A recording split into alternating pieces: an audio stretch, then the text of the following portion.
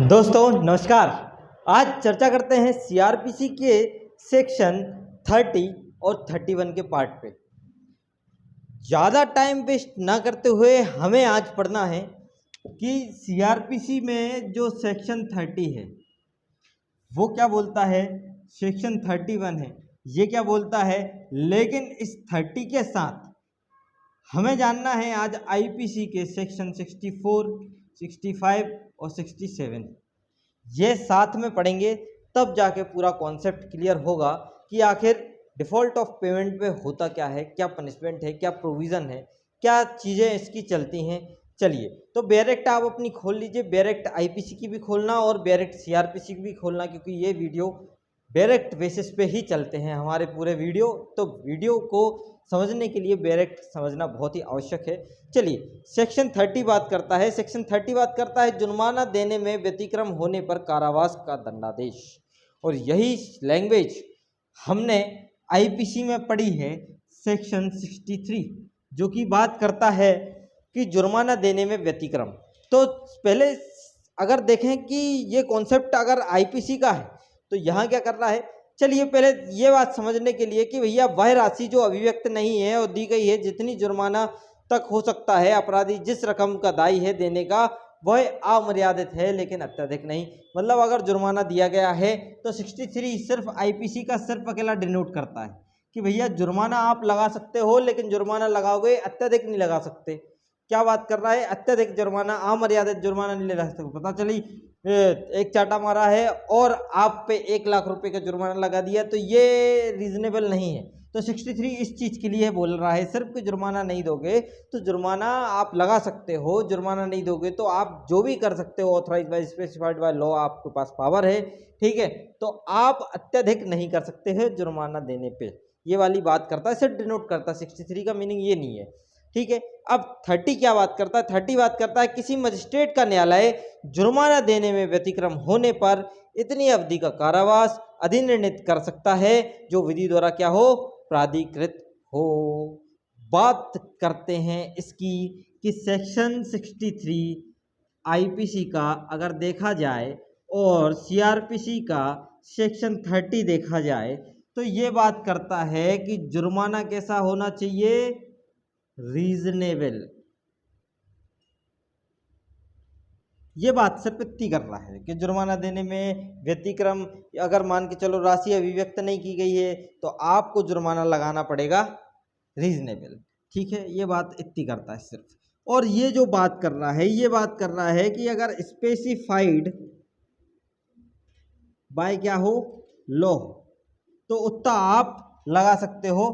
क्या बात करता है, बात ये करता है कंडीशन में कि डिफॉल्ट ऑफ पेमेंट है, डिफॉल्ट ऑफ फाइन है, कि आप पे जितना जुर्माना लगाया, जुर्माना देने में आप करते हो व्यतिक्रम, तो फिर एक प्रोविज़न इसमें जो एक वर्ड वो यूज़ किया गया है वो वर्ड है इतनी अवधि के कारावास से जितना कि लॉफुली ऑथराइज किया जाए इस मजिस्ट्रेट के न्यायालय को देने के लिए, मजिस्ट्रेट को देने के लिए, ठीक है। तो उतनी अवधि का कारावास आपको दिया जाएगा। ये सब सेक्शन फर्स्ट बात करता है 30 का।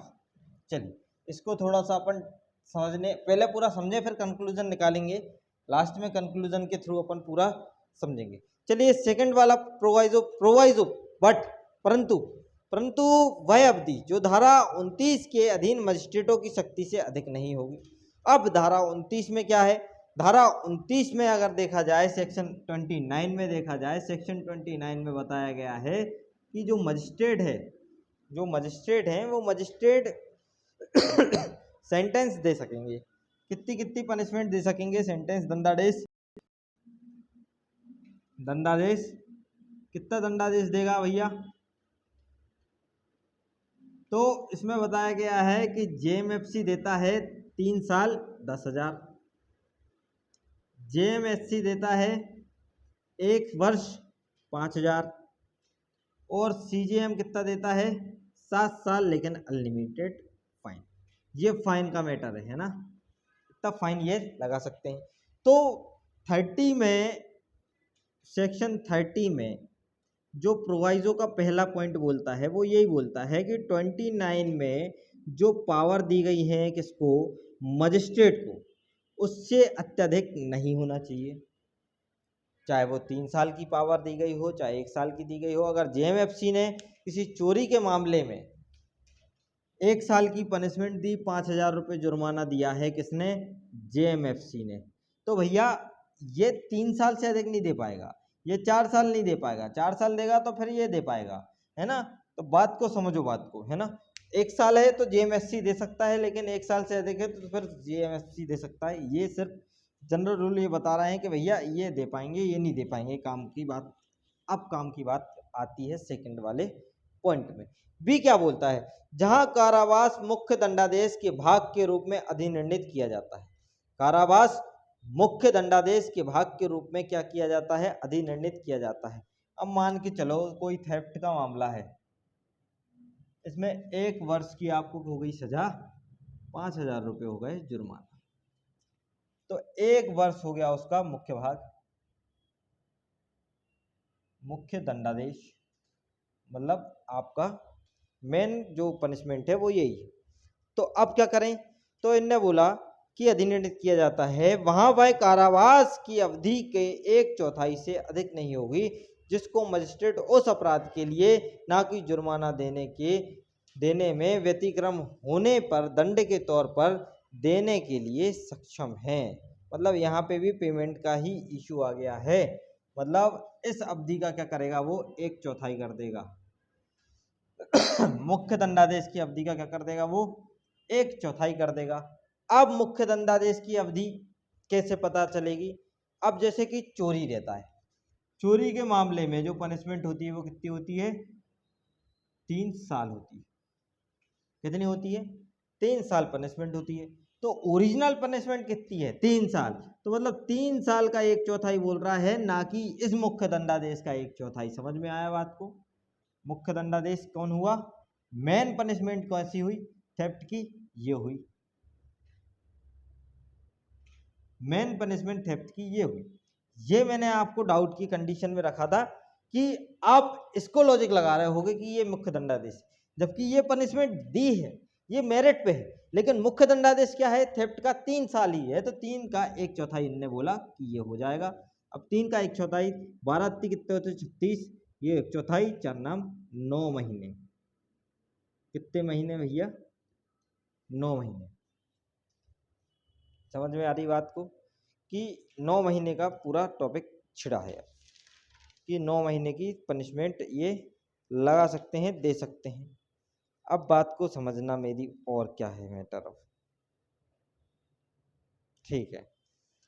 अब इसको समझने के लिए कि ये 9 महीने चल रहा है, कैसे चल रहा है, यहाँ पे मजिस्ट्रेट क्यों आ रहा है, सेशन क्यों नहीं आ रहा है, सेशन मजिस्ट्रेट क्या होंगे, यहाँ पे इम्प्रिजमेंट भी तो दे रहे हैं साथ में, उसका क्या होगा, उसमें ऐड हो जाएगा तो इसकी पनिशमेंट से ज़्यादा भी हो सकती है।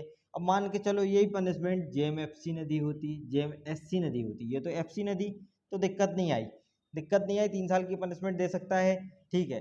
अब मान के चलो 1 साल दे रहा है, लेकिन 3 साल पनिशमेंट है तो जेएमएफसी ही देगा। ऐसी अगर मान के चलो 1 साल वाली कोई पनिशमेंट होती, अब मान के चलो जेएमएससी है, कोई जेएमएससी है, उसने भी 1 साल की पनिशमेंट दी और 5,000 रुपये जुर्माना दिया, अब ये नहीं देता, तब मुख्य दंडादेश यही कहलाना इसका, तब 1/4 इसका ही कर देंगे, क्योंकि ये इसकी लिमिट कितनी है? इसी की, क्योंकि वो इसी मैटर में पनिशमेंट दे सकता है जिसकी कारावास की अवधि 1 साल है, ठीक है। तो ये वाली मतलब हार्ट वगैरह में कर सकता है ये वाला काम।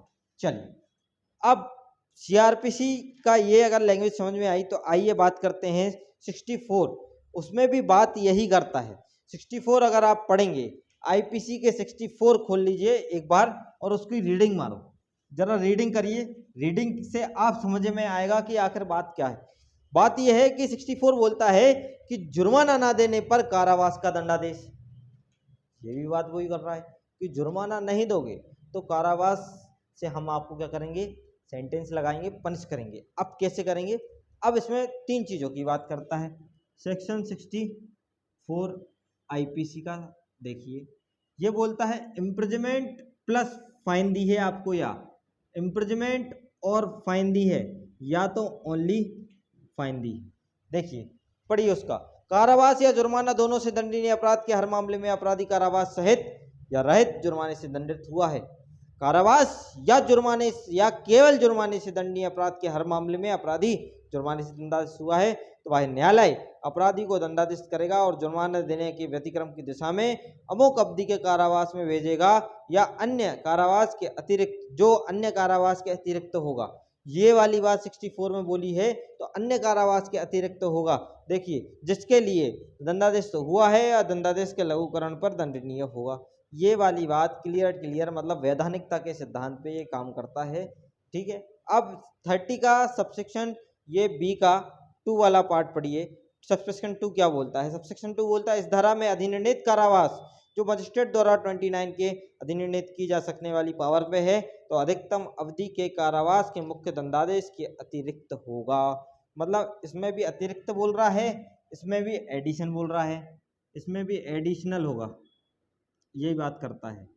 ठीक है, और अपना जो सेक्शन 30 है उसका 2 बात करता है, ये भी एडिशनल बोल रहा है कि अगर डिफ़ॉल्ट ऑफ पेमेंट कर रहे हो आप तो मान के चलो ये 3 साल था, 3 का 1/4 निकाल दिया था मैंने 9 महीने, तो जो 9 महीने हैं ये 3 साल प्लस 9 माह ये एडिशनल होगा जब आप 5,000 रुपये पे नहीं करोगे।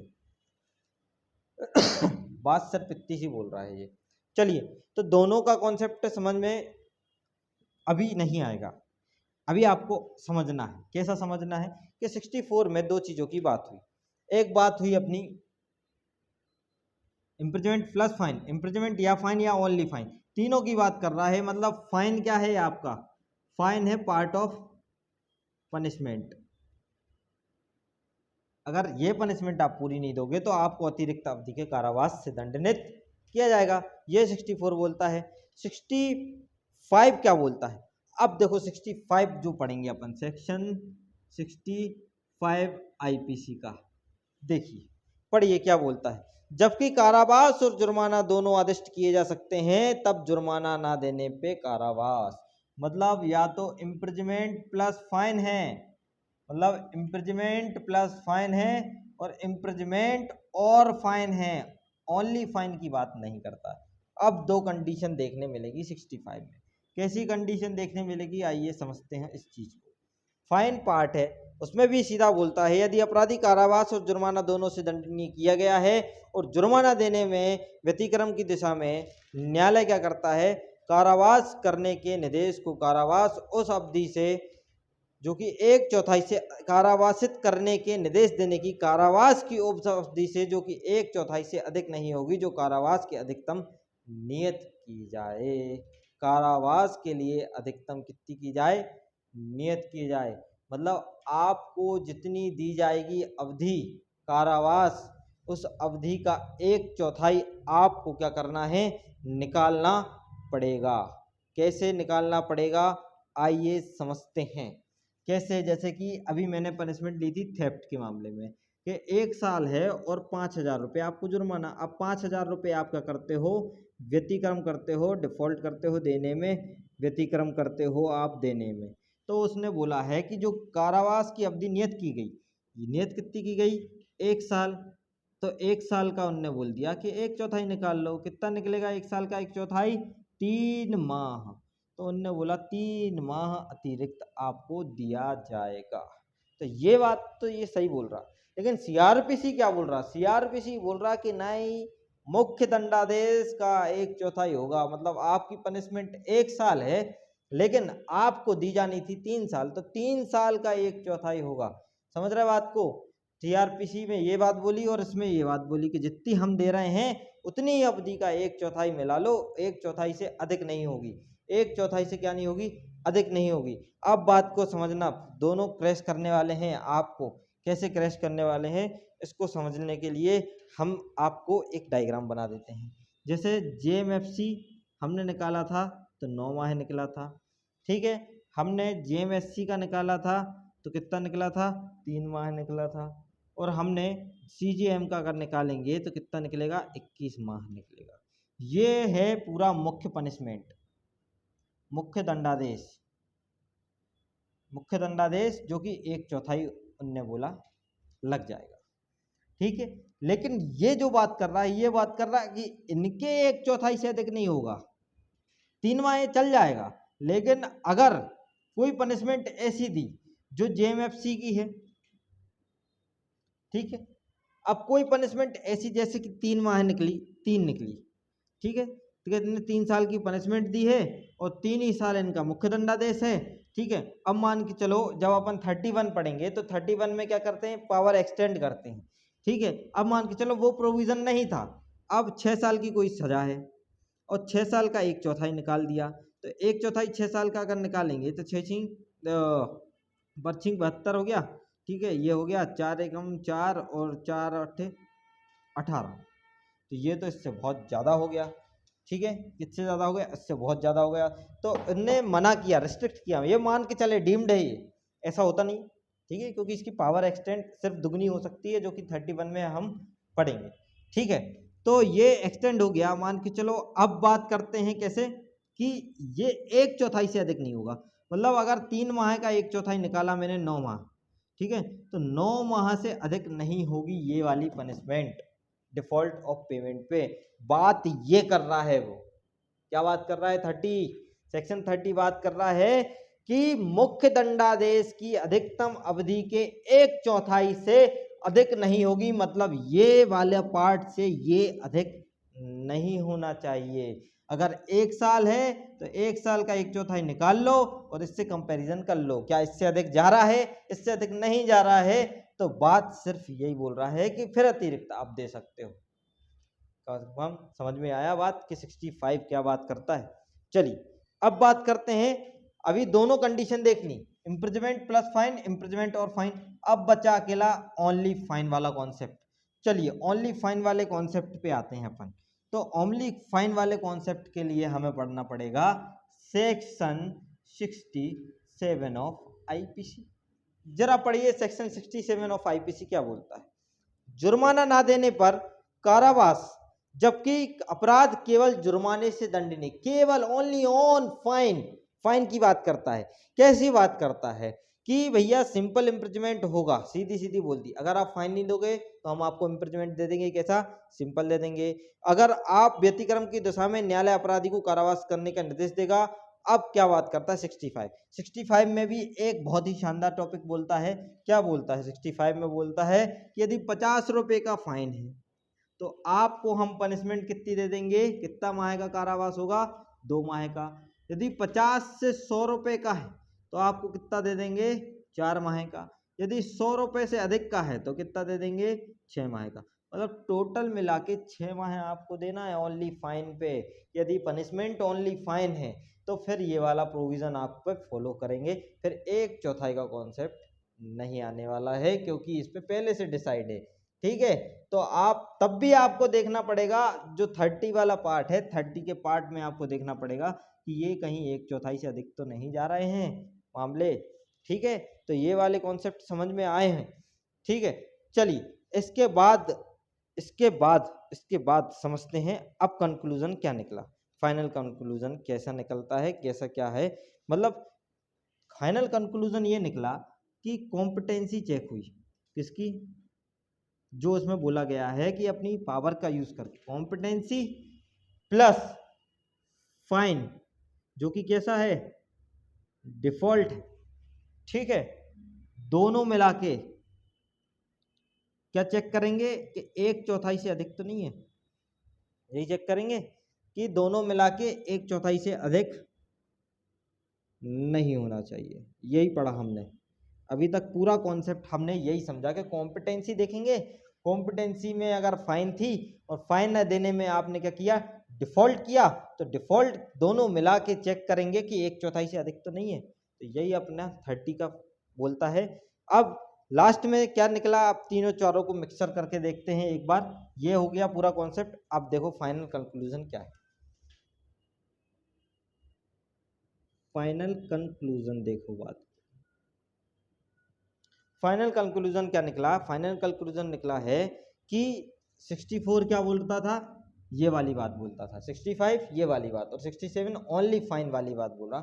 ये ओनली फाइन है ना, 67 ये याद रखना, ठीक है। अब सेक्शन 30 में मजिस्ट्रेट को पावर बनाई गई है ठीक है, सीआरपीसी के जो सीआरपीसी में जो पार्ट था, क्या था, 30 का बी हमने जो पढ़ा है वही इंपॉर्टेंट है और वही खींच रहा है आपको। कैसा खींच रहा है? वो खींच रहा है कि आपने क्या किया, ओनली फाइन, यही बात बोल रहा। तो ओनली फाइन प्लस इसका ही कारावास का जो है आपने दिया है उसका 1/4 होगा, ये वाली बात बोल रहा है सेक्शन 30, बोलता है 30 का बी। ये फाइनल कंक्लूजन हमने निकाला। और उसके पहले जो बात की गई है वो मजिस्ट्रेट की पावर की बात की गई है कि 29 से अधिक नहीं होगी, जो दिया जाता है सेक्शन 29। ठीक है, इतना अगर कंफर्म हुआ हो तो एक लाइक का बटन आप इशारे में मुझे बता सकते हैं, क्योंकि उससे मुझे पता चल जाएगा कि आपको समझ में आया है भी लास्ट का कंक्लूजन इन तीनों चारों मिला के। ठीक, चलिए अब अपन लड़ाई करवा देते हैं दो लोगों की। कौन से दो लोग मिल रहे हैं आपको कि जहाँ पे डाउट की कंडीशन बन रही है? तो चलिए डाउट की कंडीशन जहाँ आपको बन सकती है उनकी लड़ाई करवा दो। अपन लड़ाई करवा देते हैं सेक्शन 65 वर्सेस सेक्शन 30। चलिए समझो बात को, कॉन्सेप्ट क्या बोलता है, कैसा बोलता है।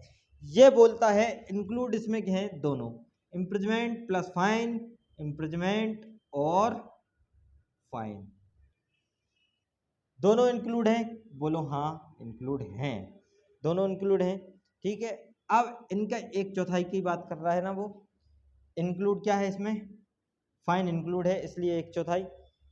अब ये किसकी बात करता है, दोनों एक साथ हैं, इसमें अलग भी हो सकता है, दोनों एक साथ हैं। तो अब डाउट क्वेश्चन कहाँ है, क्वेश्चन सिर्फ एक ही बन रहा है।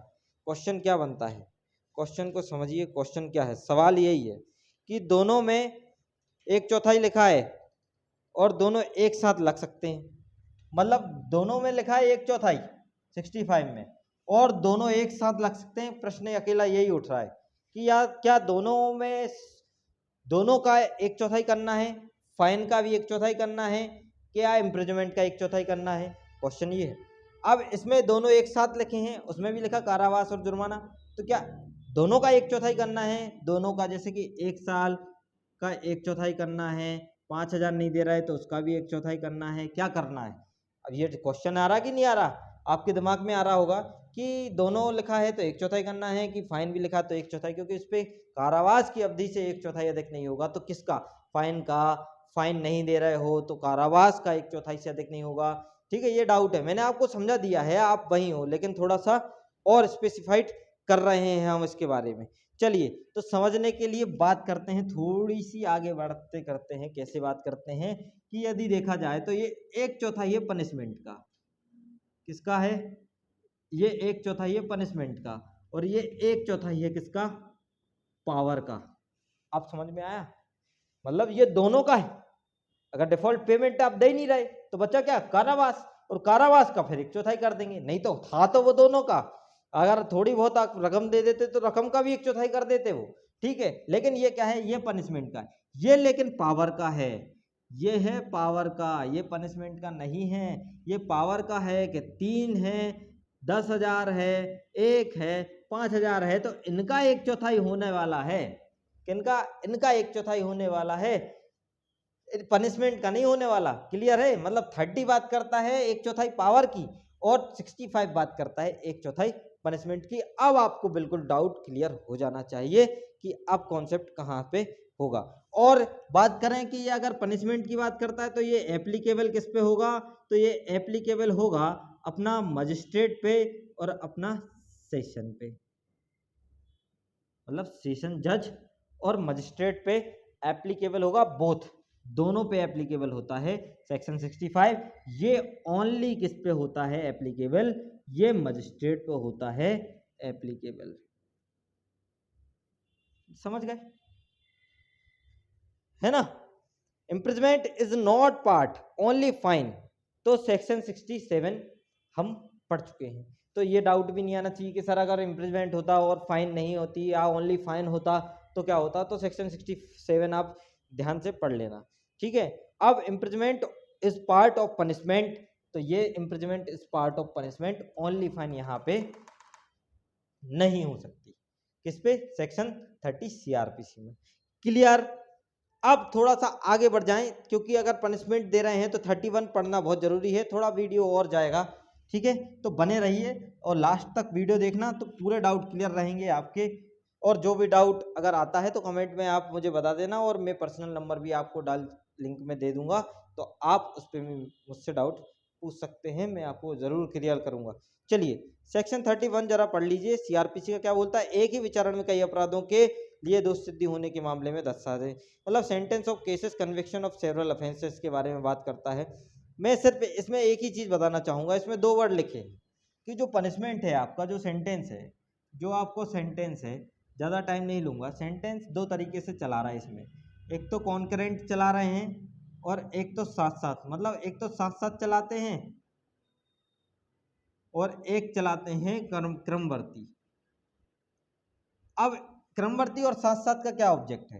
क्रमवर्ती और साथ साथ का ऑब्जेक्ट सिर्फ इतना सा है कि यदि पनिशमेंट दे दी है और 1/4 लगा दिया है, ठीक है, तब क्या पनिशमेंट 1/4 कैसी चलेगी? बात ये होती है, जैसे कि 1 साल है, 1 साल के बाद 3 माह हैं, ठीक है, 1 साल के बाद 3 माह हैं, 3 माह की पनिशमेंट कैसी चलनी है? साथ साथ चलनी है, कैसी चलनी है? या उसमें बोला 1 से अधिक अपराध हैं, जैसे कि 3 माह, जैसे कि चोरी भी है, डकैती भी है, हत्या भी है, ठीक है, ये सब चीज़ें हैं। तो क्या हत्या के लिए चोरी की पहले 3 साल चला दोगे, डकैती की 10 साल चला दोगे, फिर हत्या के लिए फांसी टांग दोगे, है ना? इस टाइप से चलनी है कि कैसी चलनी है, इसके बारे में बात करता है ये 31।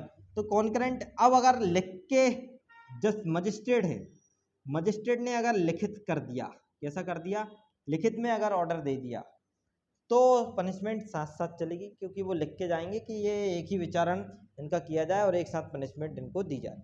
लेकिन अगर वो लिखना भूल गए तो एक के बाद एक चलेगी, जो कि सबसे घातक हो सकता है एक एक्यूज्ड पर्सन के लिए, कि एक के बाद एक चलेगी, मतलब उसकी ज़िंदगी खत्म हो जाएगी एक के बाद एक में, मतलब छोटे छोटे अपराध मिलके भी आजीवन कारावास उसको भोगना पड़ जाएगा। इसलिए मजिस्ट्रेट को लिखना जरूरी होता है कि मजिस्ट्रेट पनिशमेंट कैसी चलाएंगे? साथ साथ चलाएंगे। चलिए ये वाली बात है। अब एक्सटेंड की पावर की बात करते हैं, एक्सटेंड की पावर की बात करते हैं, कैसे पावर एक्सटेंड होती है। पावर एक्सटेंड होने का रीज़न कुछ नहीं है, पावर एक्सटेंड ऐसी है, उन्होंने बोला कि हम दुगना कर सकते हैं। हम क्या कर सकते हैं? जो जेएमएफसी हैं, जो जेएमएससी है, जो सीजेएम हैं, हम इनकी पावर को क्या कर सकते हैं? इंटू टू दुगना कर सकते हैं। 3 है तो 6 कर सकते हैं, 1 है तो 2 कर सकते हैं, 7 है तो 14 कर सकते हैं। लेकिन एक रिस्ट्रिक्शन लगा दिया 31 में कि पावर एक्सटेंड करने पर भी हम 14 वर्ष से अधिक का ये क्या नहीं दे सकते हैं? कारावास नहीं दे सकते हैं। क्या नहीं दे सकते हैं? 14 वर्ष से अधिक का इम्प्रिजमेंट नहीं दे सकते हैं पावर एक्सटेंड करने के बाद। मतलब सीजेएम अगर 14 साल की पनिशमेंट दे दिया तो बेचारा, अगर उसकी पावर एक्सटेंड कर दी तो उनको मना कर दिया कि भैया 14 साल से अधिक नहीं दे पाओगे, अगर बड़े बड़े मामले हैं।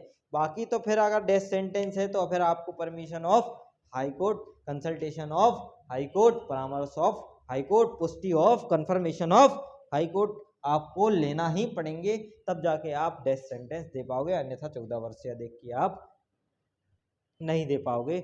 जो कि हम पढ़ते हैं 55 में, जो उसको जो अपन आईपीसी में भी पढ़ते हैं ना, 14 वर्ष वाला मैटर, कौन सा सेक्शन है? सेक्शन 55 ही होना चाहिए जहां तक है, सेक्शन 65 ही है, कि उसमें अधिकतम कितनी कम कर सकती है, तो वो भी 14 वर्ष से तक कम कर सकती है, अधिकतम 14 वर्ष तक कम कर सकती है। लघुकरण की बात करते हैं, ठीक है, तो ये भी 14 वर्ष का ही कारावास दे सकता है, दुगने पे कर सकता है। मतलब पहले इसमें लिखा है कि 14 वर्ष से अधिक नहीं होगी, लेकिन उनकी पावर को क्या किया जा सकता है? दुगना किया जा सकता है। ये थी 31 और 30 की कहानी। तो अगले वीडियो में हम नए कॉन्सेप्ट को लेके बेयर एक्ट के साथ, मिक्सिंग के साथ, आपके साथ बहुत जल्दी आएंगे। तो जुड़े रहिए ड्रीम जुडिशरी इंदौर के साथ। और हमारा इंस्टाग्राम रील्स चल रही है सीआरपीसी की रेगुलर, हम रील्स पे रील्स बना रहे हैं। उसमें सीआरपीसी वन लाइनर क्वेश्चन के साथ आपका प्री क्लियर हो सकता है, तो आप उसको भी देखते रहना। शॉर्ट्स यूट्यूब पे भी मिल रही हैं, शॉर्ट्स हमारे इंस्टाग्राम पे भी मिलेगी, और शॉर्ट्स हमारे ड्रीम जुडिशरी जो ग्रुप बना है फेसबुक पे, उस पर भी मिलेगी। तो आप उसको फॉलो करें, सब्सक्राइब करें, लाइक करें, कमेंट करें, शेयर करें, क्योंकि हम आपके लिए और जो डायरेक्ट हैं हमारी आईपीसी एविडेंस रील्स के माध्यम से आपको याद करवा सकें। आप 50 बार रील्स देख लेना, आप बोर नहीं होगे, क्योंकि हम इतने इंटरेस्टिंग तरीके से उसको बता रहे हैं कि ये सेक्शन ये बोलता है, ये सेक्शन ये बोलता है। धन्यवाद, शुक्रिया, नमस्कार।